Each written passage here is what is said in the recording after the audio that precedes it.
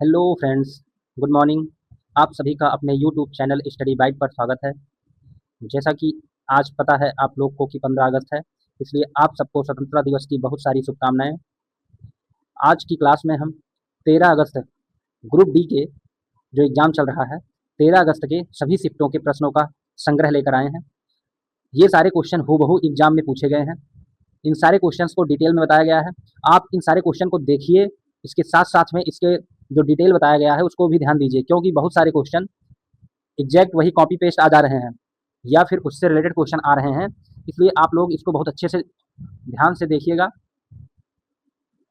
और इसको एक बार और रिपीट कर लेंगे तो ये सारे क्वेश्चन आपको याद हो जाएंगे।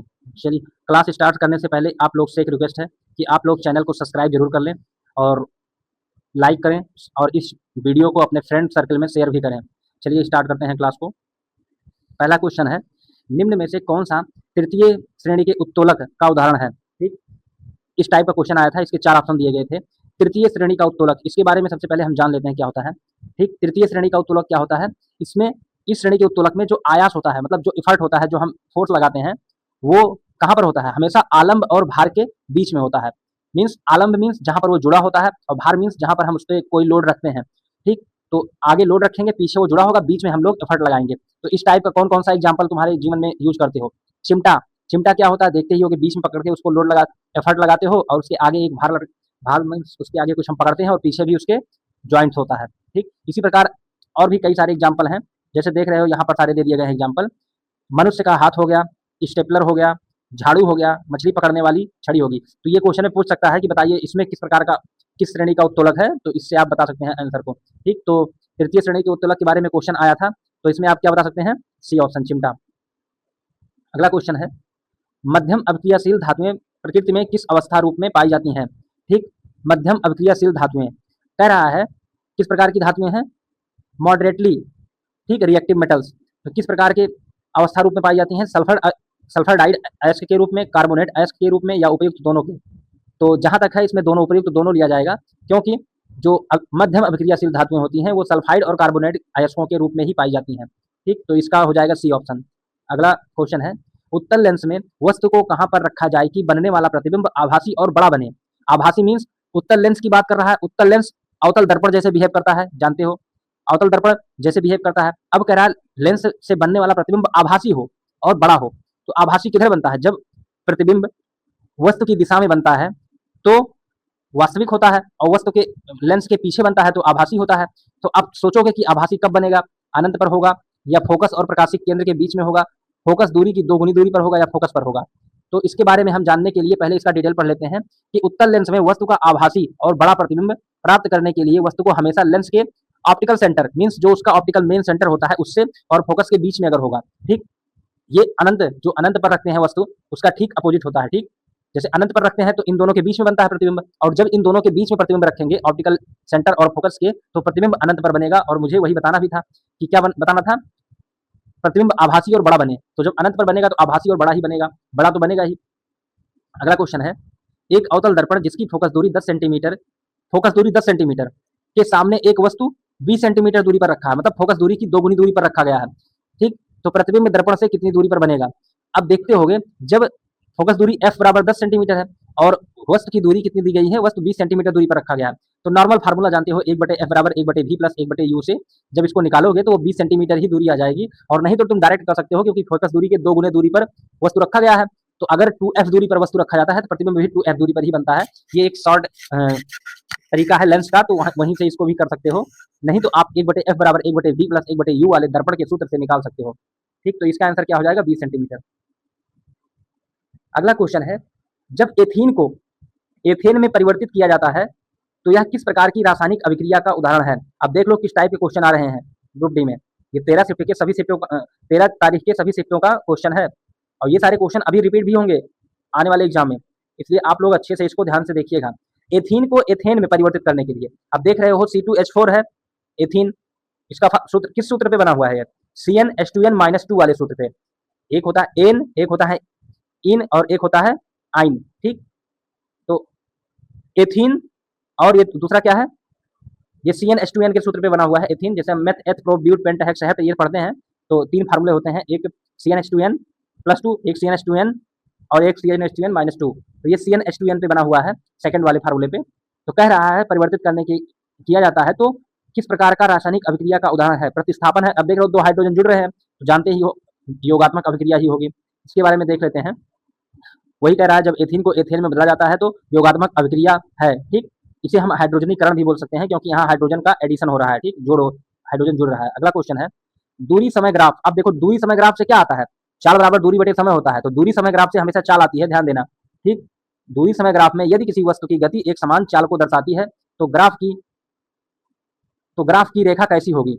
एक समान चाल को दर्शाती है दूरी समय ग्राफ में, तो इसमें हम जानते ही हैं कि कुछ इस प्रकार का होता है, ठीक। यहाँ पर मेरा क्या होता है? दूरी होता है जिसे हम एक्स से डिनोट कर देंगे और यहाँ पर मेरा क्या होता है? समय, ठीक। कह रहा है एक समान चाल को दर्शाती है, मीन्स समान चाल होगी तो कुछ इस प्रकार का बन जाएगा। समान अक्ष के समांतर एक सीधी रेखा होगी, नहीं, एक समान चाल की बात कर रहा, मीन्स जितनी दूरी चल रहा है 1 सेकंड में उतनी ही दूरी अगले दूरी 1 सेकंड में ही चलेगा, ठीक। जैसे मान लो ये दूरी चला 1 सेकंड में तो ये दूरी भी 1 ही सेकंड में चलेगा, ऐसे ही अगले सेकंड में। तो इस प्रकार हम इन सारे पॉइंट को मिलाते जाएंगे, इन सारे पॉइंट को ऐसे, तो ये एक रेखा बन जाएगी जो झुकी हुई होगी किस पर? एक्स अक्ष पे। क्या कह रहा है इसका डिस्क्रिप्शन देख लेते हैं हम लोग। क्या बोल रहा है? समय एक्स अक्ष पर झुकी हुई एक सीधी रेखा होगी, ठीक। एक्स अक्ष पर झुकी हुई एक सीधी रेखा होगी, यही ऑप्शन इसका सही हो जाएगा। अगला क्वेश्चन है वेग समय ग्राफ की बात कर रहा है। देखो दोनों सेम क्वेश्चन आए हैं, वहाँ चाल समय ग्राफ की बात, वहां पर क्या बोल रहा है? दूरी समय ग्राफ की बात कर रहा है और यहाँ वेग समय ग्राफ। अब वेग समय ग्राफ से जानते ही हो कि वेग त्वरण बराबर क्या होता है? वेग परिवर्तन बटे समय, तो यहाँ वेग समय ग्राफ से हम त्वरण ही निकाल सकते हैं। कह रहा है वेग समय ग्राफ में यदि किसी वस्तु की गति एक समान वेग को दर्शाती है, एक समान वेग को दर्शा रही है तो ग्राफ रेखा कैसी होगी? अब यहाँ वेग समय ग्राफ में एक समान वेग को दर्शा रहा है, मतलब वेग जो है मान लो 4 मीटर पर सेकंड है तो हमेशा 4 मीटर पर सेकंड ही के वेग से जा रहा है, तो यहाँ पर क्या होगा? यहाँ भी वही रहता है, यहाँ क्या रहता है?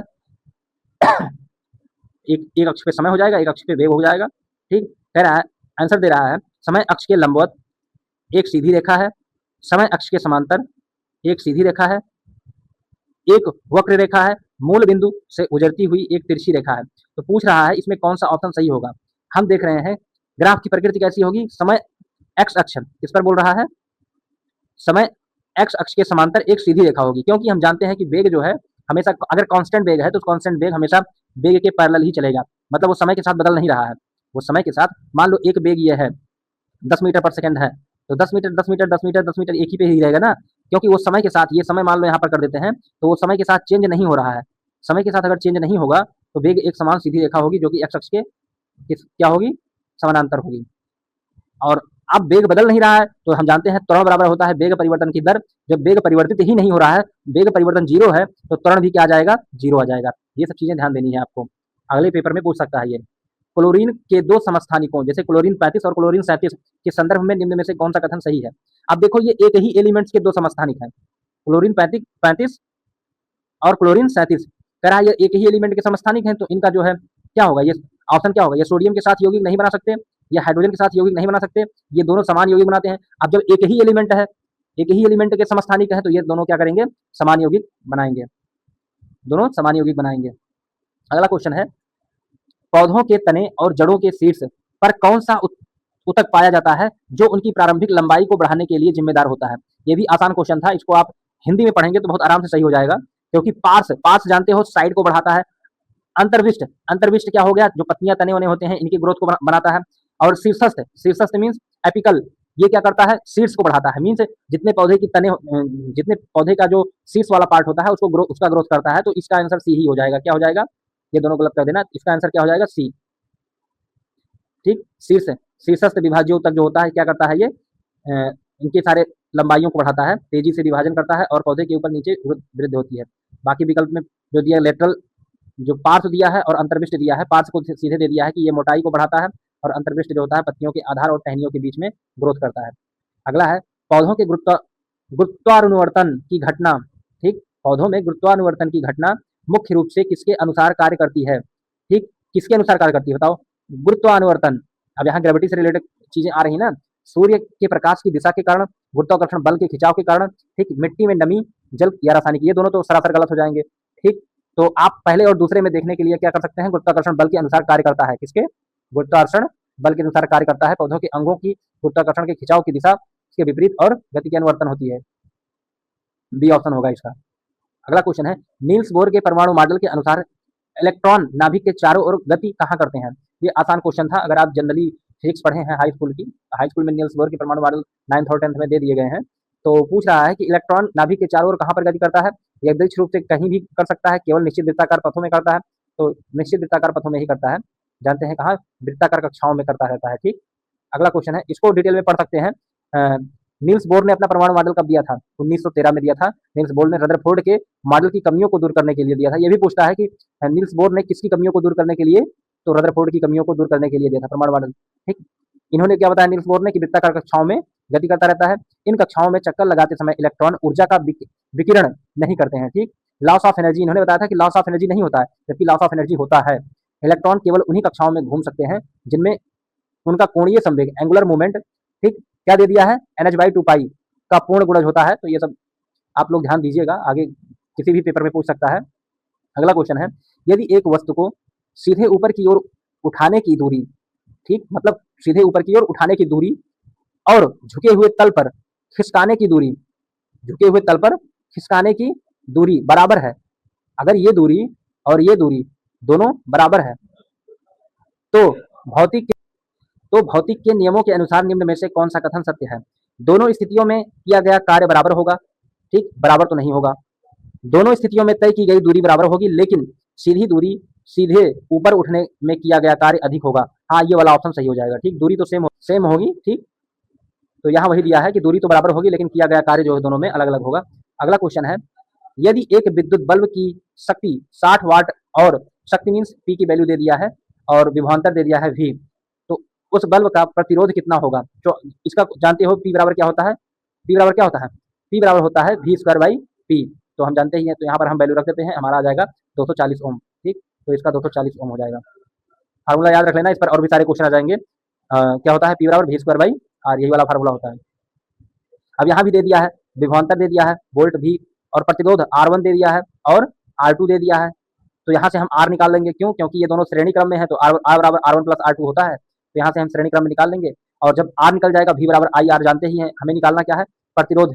प्रवाहित परिपथ में प्रवाहित क्या निकालना है? धारा निकालना है। तो हम जानते हैं कि V बराबर क्या होता है? IR। तो यहाँ से हम I की वैल्यू आराम से निकाल सकते हैं। V बराबर IR से हम I की वैल्यू निकालेंगे, 1.2 एम्पियर आ जाएगा। तो आंसर क्या आ जाएगा इसका? 1.2। ठीक, अगला क्वेश्चन है, नीचे दी गई समरूपता को पूरा करें। ठीक, जैसे कह रहा है, विभाज्य ऊतक का संबंध विभाजन की क्षमता से है। हाँ है। और स्थायी ऊतक का संबंध किससे है? मृत कोशिकाओं से विभाजन की क्षमता खो देने से है, केवल पानी का संवहन से है, तीव्र कोशिकाओं की विभाजन से है। तो इसका क्या हो जाएगा?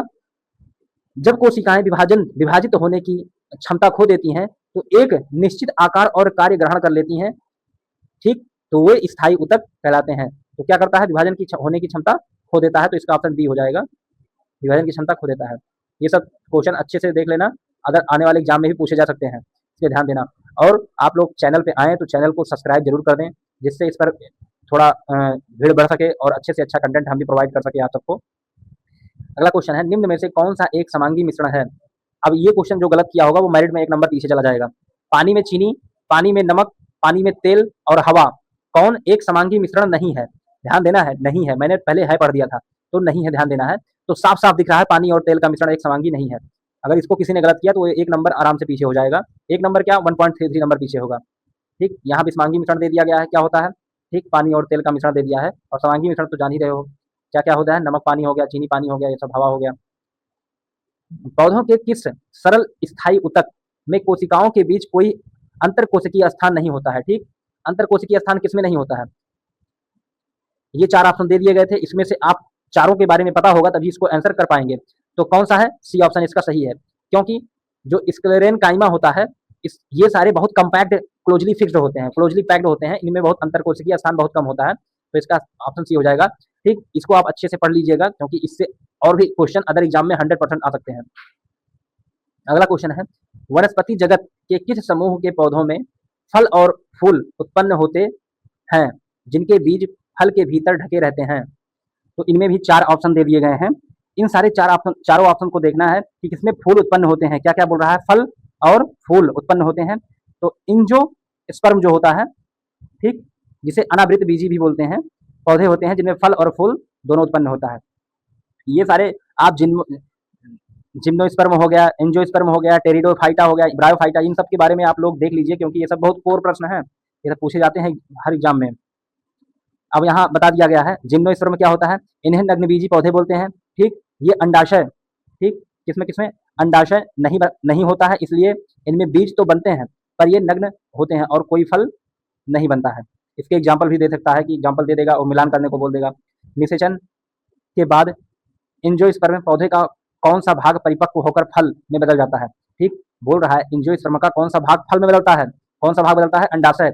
और निषेचन के बाद फूल के बाद प्रक्रिया के बाद जो फूल का बीजांड है वो किस संरचना में विकसित हो जाता है, तो वो बीज बन जाता है। बीजांड जो है बीज बन जाता है और जो एंजियोस्पर्म की पौधे का फल होता है वो क्या होता है, अंडाशय होता है। तो ये सब क्वेश्चन ध्यान देना आप लोग।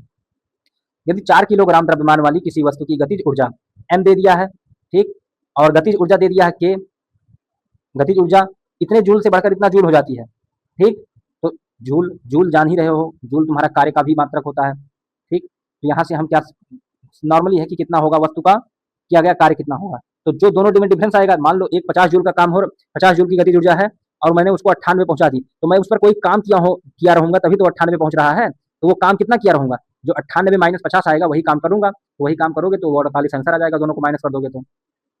मानव आंख में प्रवेश करने वाले प्रकाश की मात्रा को कौन नियंत्रित करता है। ठीक, ये भी आसान क्वेश्चन है। तो मानव के आंख में प्रकाश की मात्रा को कौन नियंत्रित करता है, प्रकाश की मात्रा को आइरिस, जिसे हम परितारिका भी बोलते हैं, नियंत्रित करता है। ठीक, आइरिस आइरिस अपनी मांसपेशियों को सिकोड़कर या फैलाकर क्या पुतली के आकार को बदलता है जिससे आंख के अंदर जाने वाले प्रकाश नियंत्रित होते हैं, तो ये आप लोग ध्यान दीजिएगा। मानव पाचन तंत्र में छोटी आंत की भौतिक बनावट और संरचना मुख्य रूप से कौन सी है। ठीक, छोटी आंत की भौतिक बनावट, अब छोटी आंत जो स्मॉल इंटेस्टाइन होता है, बनावट और संरचना मुख्य रूप से कैसी होती है, कठोर और सीधी होती है, सीधी तो नहीं होती है, व्यापक रूप से कुंडलित होती है, हाँ होती है, त्रिकोणीय स्थित में होती है, छोटी और चौड़ी होती है, तो कैसी होती है, 6 मीटर की होती है, जिसे 20 फीट भी बोलते हैं, अत्यधिक घुमावदार और कुंडलित होती है। ठीक, और इसमें बहुत छोटे छोटे बिलाई पाए जाते हैं, तो ये क्या हो जाएगा, कुंडलित होती है। क्लोरीन 35 और क्लोरीन 37 के संदर्भ में निम्न में से कौन कथन पूरी तरह से सत्य है। क्लोरीन 35 और 37 का इसके पहले भी आ चुका था, तो कौन से कथन इसमें सत्य है। ठीक, इसकी संयोजकता भिन्न होगी, दोनों की संयोजकता भिन्न होगी, इनका परमाणु द्रव्यमान भिन्न होगा, इनमें इलेक्ट्रॉन संख्या भिन्न होगी, इनमें प्रोटॉनों की संख्या भिन्न होगी, तो इसमें आप कौन सा टिक कर सकते हैं। आप ध्यान से देखो क्या है 35, क्लोरीन 35 और क्लोरीन 37, तो बताओ चूंकि समस्थानिक क्या होते हैं, अब इन तीनों चीज़ों को जानना जरूरी है। समस्थानिक क्या होते हैं, जिनके परमाणु क्रमांक समान होते हैं। द्रव्यमान में अंतर क्या होता है, क्लोरीन 35 में 18 न्यूट्रॉन है। ठीक, तो यहाँ से हम निकालेंगे 35 माइनस 17 करके तो 18 आएगा। ठीक, जबकि क्लोरीन 37 में 20 न्यूट्रॉन होते हैं, तो न्यूट्रॉनों की संख्या अलग है, इसलिए सब न्यूट्रॉनिक तो हो नहीं सकता है। ठीक, और दोनों में 17 क्या है, इलेक्ट्रॉन है, इलेक्ट्रॉन इसकी संख्या भिन्न होती है, ये भी नहीं होगा। प्रोटॉन की संख्या भिन्न होती है, प्रोटॉन एक में न्यूट्रॉन आया तो न्यूट्रॉन के बराबर ही प्रोटॉन होते हैं। द्रव्यमान अलग अलग होता है, इनका द्रव्यमान तो अलग अलग होता है क्योंकि एक का 35 एक का 37 है, तो इनकी संयोजकता भिन्न होगी, परमाणु द्रव्यमान भिन्न होगा। ठीक, ये वाला आपको सही रहेगा। पसंदीदा या स्वादिष्ट भोजन को देखने या उसकी सुगंध सूंघने पर मुंह में पानी आने के लिए कौन सी ग्रंथियां जिम्मेदार होती हैं, बताइए कौन सी ग्रंथियां जिम्मेदार होती हैं। ये तो आसान सा क्वेश्चन था, थायराइड तो होता नहीं, लाल ग्रंथियां ही होती है, अधवृक्क नहीं होता है, पीयूष ग्रंथि भी नहीं होती। ये क्वेश्चन भी अगर किसी ने गलत किया है तो उसने अपना 1 नंबर पीछे कर लिया है, 1.33 नंबर। अगला क्वेश्चन है, मानव पेट में कौन सा अम्ल पाया जाता है जिसका पीएच मान 1.5 से 3.5 होता है, बताइए कौन सा अम्ल। मानव पेट में एक ही अम्ल होता है, कौन सा, HCl हाइड्रोक्लोरिक अम्ल होता है। हाइड्रोक्लोरिक अम्ल होता है जिसका पीएच कितना होता है 1.5 से 3.5, मेनली हाइड्रोक्लोरिक अम्ल होता है, बाकी और सारे कई अम्ल पाए जाते हैं। अगला क्वेश्चन है, चलती ट्रेन या रेलवे स्टेशन पर किसी गर्भवती महिला यात्री को प्रसव पीड़ा होने पर आपातकालीन सहायता और सुनिश्चित प्रसव प्रदान करने के लिए आरपीएफ द्वारा कौन सा विशेष अभियान चलाया जा रहा है। ठीक, ये एक स्टैटिक या करंट का क्वेश्चन मान सकते हैं। तो अब देखो यहाँ से जीएस के क्वेश्चन आ रहे हैं और जीएस में मैक्सिमम क्वेश्चन करंट के आएंगे, और करंट आप लोग को इस चैनल पे स्पीडी के सारे मोस्ट इंपॉर्टेंट क्वेश्चंस को कराया जा चुका है, और आप लोग इसको जाके अच्छे से रिवाइज कर सकते हैं। और 2026 में होने वाले कोई भी एग्जाम हो रहा है उसके लिए यहाँ पर करंट देख सकते हैं। मैंने सारे करंट के क्वेश्चंस को वन लाइनर के फॉर्म में बहुत कम टाइम में मैनेज कर दिया है, क्योंकि करंट पे लोग ध्यान कम देते हैं और उसको सोचते हैं कि बहुत जल्दी जल्दी रिवाइज हो जाए, इसलिए रिवाइज के तौर पे मैंने बहुत कंप्रेस फॉर्म में दिया है कंटेंट, आप लोग देख सकते हैं।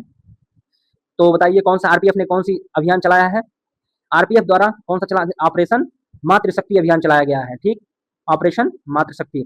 अब इसमें देख रहे हो ऑपरेशन नन्हे फरिश्ते क्या होते हैं, जो खो जाते हैं रेलवे स्टेशन में बच्चे, उनको ढूंढने के लिए है। ऑपरेशन अमानत क्या है, सामान वामान किसी का छूट जाता है उसके लिए आरपीएफ द्वारा ही चलाया गया है। ऑपरेशन आहट क्या है, मानव तस्करी को रोकने के लिए है। तो ये 3 ऑपरेशंस भी बहुत इंपॉर्टेंट है, इसको आप लोग अच्छे से देख लीजिए। कार्बन और ऑक्सीजन का अपूर्ण दहन की बात कर रहा है, ध्यान से देखना। होने पर क्या बनता है, बताओ। अपूर्ण दहन करोगे तो कौन सी गैस बनेगी, जो सबसे खतरनाक होती है, कार्बन मोनोऑक्साइड बनेगी। कौन सी गैस बनेगी, कार्बन मोनोऑक्साइड। देख ही रहे हो, जब 2 कार्बन और ऑक्सीजन मिलते हैं, अपूर्ण दहन होता है तो 2CO बन जाता है, जो कि कार्बन मोनोऑक्साइड है, और हीट उष्मा निकलेगी। पूर्ण दहन पे क्या होता है, कार्बन डाइऑक्साइड बन जाता है, जो घातक नहीं होती है, लेकिन इन्वायरमेंट के लिए ज़्यादा नुकसानदायक होती है, इससे ग्लोबल वार्मिंग बढ़ जाता है। संयुक्त राष्ट्र के सतत विकास लक्ष्यों में से कौन सा लक्ष्य विशेष रूप से जलवायु परिवर्तन और उनके प्रभावों से निपटने के लिए त्वरित कार्यवाही से संबंधित है। ठीक, क्या सतत विकास लक्ष्यों कौन सा है, SDG 7, SDG 11, SDG 13, SDG 15।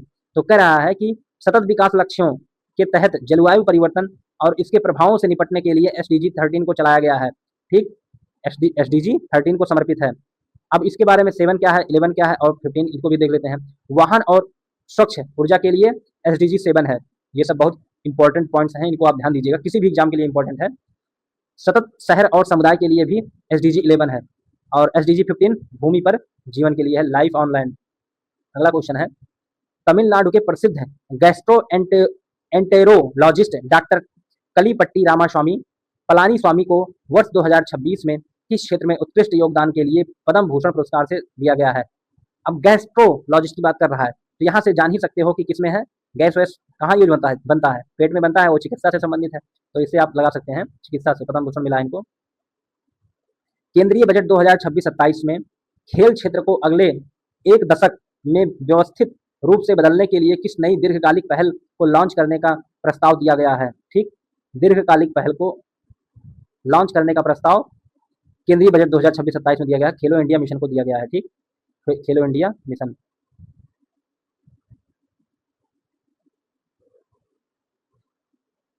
अगला क्वेश्चन है, वर्ष 2026 में भारत का सबसे बड़ा AI इनोवेशन समिट और वैश्विक इंडिया AI इम्पैक्ट समिट कहाँ आयोजित किया गया है। तो ये क्वेश्चन भी देख लीजिए, करंट से ही रिलेटेड, सारे क्वेश्चन करंट से ही रिलेटेड आ रहे हैं, इसलिए आप लोग करंट को बहुत अच्छे से देख लीजिए। ये सारे क्वेश्चन हमने अपने मंथली वाइज करंट में वन और जो टॉपिक वाइज करंट है उन सब में कराया है। ठीक, तो आप इनको जाके 10-10, 5-5 मिनट का वीडियो है, आप फास्ट मोड में करके देख सकते हो, इससे आपका करंट रिवाइज हो जाएगा अच्छे से।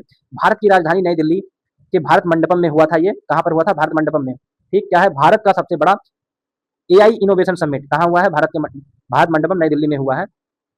इंडिया AI इम्पैक्ट समिट, इसकी भी बात की गई है, और क्या है, ICAI द्वारा आयोजित AI इनोवेशन समिट 2026 शामिल है।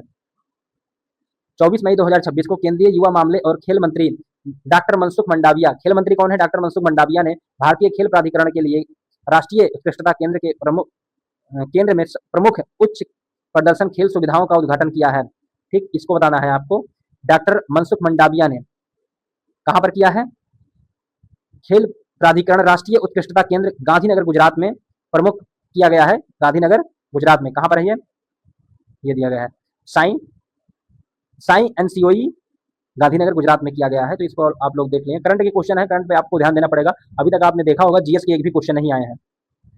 भारत में सभी प्रकार के खेलों में डोपिंग नियंत्रण और डोपिंग रोधी नियमों को लागू करने के लिए उत्तरदायी राष्ट्रीय एजेंसी कौन सी है। ठीक, डोपिंग से संबंधित है, कौन सी है, नाडा। ठीक, नाडा नेशनल एंटी डोपिंग एजेंसी है। ठीक, वाडा क्या है, वैश्विक स्तर पे है, वैश्विक स्तर पे की बात होगी, अगर भारत में होगी तो डोपिंग के लिए नाडा है, वैश्विक स्तर पे वाडा है। ठीक, वाडा का पूर्ण रूप क्या है, world anti doping agency. Vietnam में आयोजित किस चैंपियनशिप में भारत ने अपने अभियान की शुरुआत में 5 पदक जीते, जिसे हाल ही में संपन्न घोषित किया गया। ठीक, वियतनाम में आयोजित चैंपियनशिप में भारत ने अपने अभियान की शुरुआत में 5 पदक जीते, कौन सा था वो, वियतनाम में दन्नोंग में U23 एशियाई कुश्ती चैंपियनशिप थी। 5-5 पदक का सेट जीतकर अपना दबदबा बनाया था।